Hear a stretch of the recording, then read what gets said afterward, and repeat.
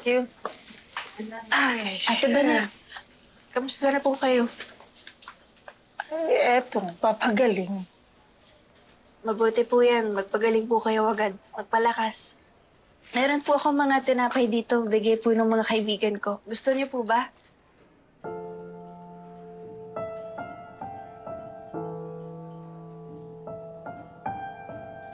Bakit ka ganyan? Bakit ang bait-bait mo pa rin sa akin sa kabila ng lahat ng ginawa ko sa inyo ni Charlene? Kasi alam ko po na mabuting tao rin po kayo. Halos tinayaan niyo po yung buhay niyo para iligtas kami ni Ma'am Charlene.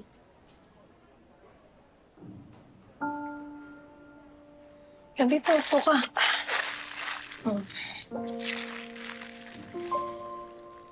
Alam mo, nakikita ko ang sarili ko kay Charlene bilang ina.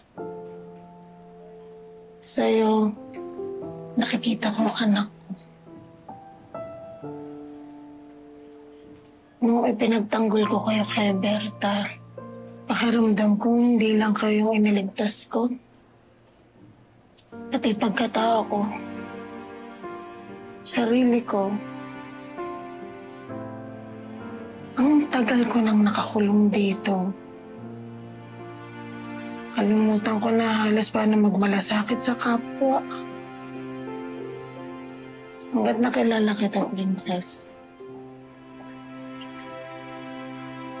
Kaya maraming salamat.